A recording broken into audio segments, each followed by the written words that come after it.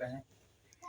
आप लोगों का सर बहुत समय हम लोग गंवा चुके हैं, लेकिन यह समय गंवाना हम लोगों के लिए बहुत उचित समय आगे चलकर साबित होगा, क्योंकि आपने 1-1.5 घंटा 2 घंटा से हम लोग एक ही बात का रट लगा रहे हैं, ओवरनेट ओवरनेट ओवरनेट ओवरनेट। सर बहुत ज़्यादा दिन का कंपनी नहीं है, लेकिन आज पूरे इंडिया में तहलका मचा रही है।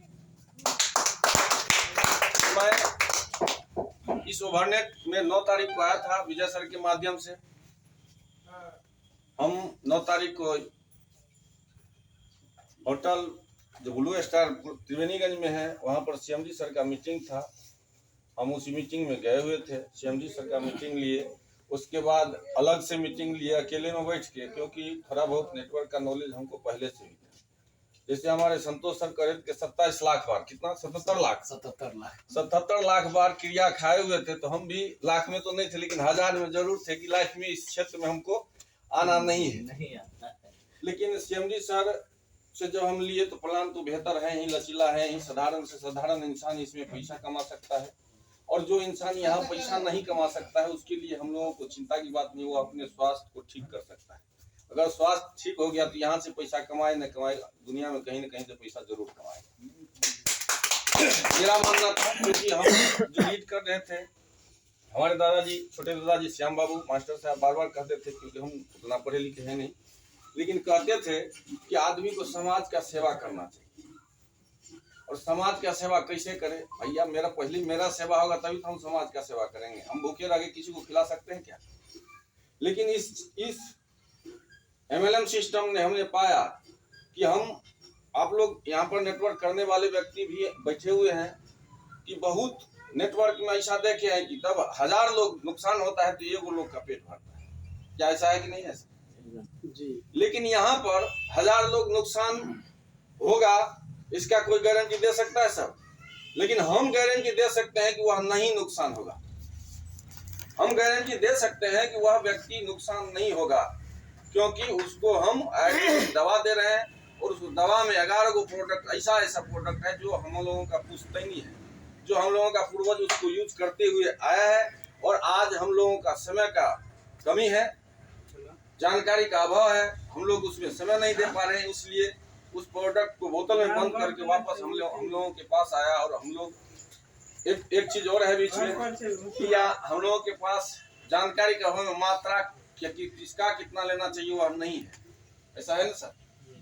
और अब हम लोगों का शरीर भी नहीं बच गया है कि किसी चीज को ले लेंगे और वह एक्सेप्ट कर लेगा, क्योंकि इतना ना हम लोग प्रदूषित वातावरण में रह रहे हैं कि शरीर कमजोर होते ही जा रहा है। क्या स्वस्थ क्या अस्वस्थ पता ही नहीं चलता नहीं सर। तो इसमें सारा सब कुछ का सिम्टम मिलाया गया है, सबका मात्रा टच कराया गया है, अच्छे डॉक्टर, अच्छे वैज्ञानिक से, जो प्रत्येक व्यक्ति लेके खुशहाल हो सकता है। इसलिए हम लोगों को चिंता की बात नहीं है, हम लोग किसी को बर्बाद नहीं कर रहे हैं। तो चलिए हम अपने गुरुदेव विजय बाबू को नमस्कार करते हैं, क्योंकि विजय बाबू की वजह से ही हम इस मुकाम पर पहुंचे हैं, और आप लोगों के सामने जो 2 शब्द बोलने का मौका मिला है, ये ओवरनेट की देन है, विजय बाबू की देन है। तो सर इसमें कितने लोग हैं जो जुड़े हुए हैं? सब लोग जुड़े हुए हैं। तो सर हमने जो सीखा है, हम चाहते हैं कि वह प्लानिंग आप लोगों के साथ शेयर करें। क्या आप लोग सुनना पसंद कीजिएगा सर? जी जी। तो ये इसमें जो 11 प्रोडक्ट है, बुक में लगभग लोगों के पास बुक है। और अभी मनोज सर कह रहे थे कि नेटवर्किंग लोग जब आता है, देखता है, सुनता है, तो वह हवा हम लोगों की हवा निकल जाती है।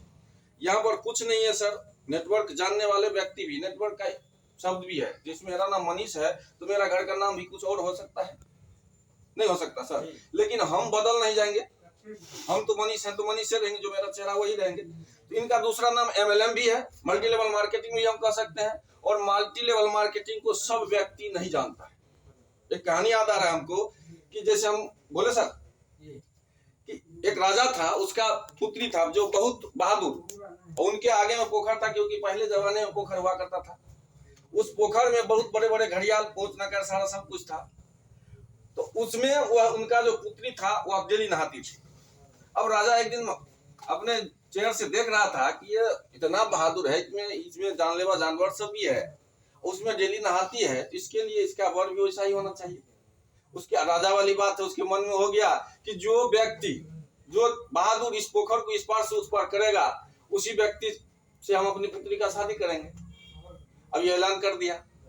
ऐलान जब कर दिया तो अब लगा भी पूरा जितना भी राजा महाराजा था सब आया, पोखर के महाल पर है भैया, उसमें दाना दाल डाल रहा है, खाना दे रहा है बहुत नगर का, और इतना बड़ा बड़ा मुंह कर रहा है, आदमी देख रहा है, तो आदमी का तो हालत खराब हो जा रहा है कि भैया इसमें जाएंगे मरेंगे कि शादी करेंगे। लेकिन अब सूर्यास्त होने को है, अब सबके मन में चिंता हो रहा है कि कैसा राजा कैसा शर्त। लेकिन कुछ आदमी होता क्या है कि जब ये इधर से उधर इधर से उधर इधर से उधर करने लगता है, तो उसी में एक गांव का जो गवार गुजरा व्यक्ति था, उसको किसी ने धक्का मार दिया, धक्का मार दिया, पोखर में गिर गया। पोखर में गिर गया तो अपना जान बचाने के लिए मतलब भाग रहा है, भैया बीच पोखर से नहीं, सही बाहर बगले बगल से हम किसी तरह उस पर, अब उधर जाते हैं, भाग उधर भाग उधर, अब करके किसी तरह करके जान बचा के उस तरफ गया। उस तरफ जब गया तब राजा का पुत्री तैयार है माला लेके, माला पिना दिया उसको। अब ताली बज रहा है कि भैया ये जो आपने ये जो इतना बढ़िया मकाम तुमने हासिल किया, इसका श्रेय किसके पास? पूछेगा ना सर। अब कहिए जो अब कहा कि हमको तो कुछ जानकारी है नहीं, कौन धकला क्या धकला, वो धकल दिया हम किसी तरह इस बार। सर तो कहने का तात्पर्य है कि हम इस ओवरनेट सिस्टम में धकेल के भी अगर किसी को ला लिए ना, अगर थोड़ा सा भी वह दिलचस्प रहा, तो अपने स्वास्थ्य और अपने जो सबसे ज्यादा स्वास्थ्य का कारण बनता है पैसा,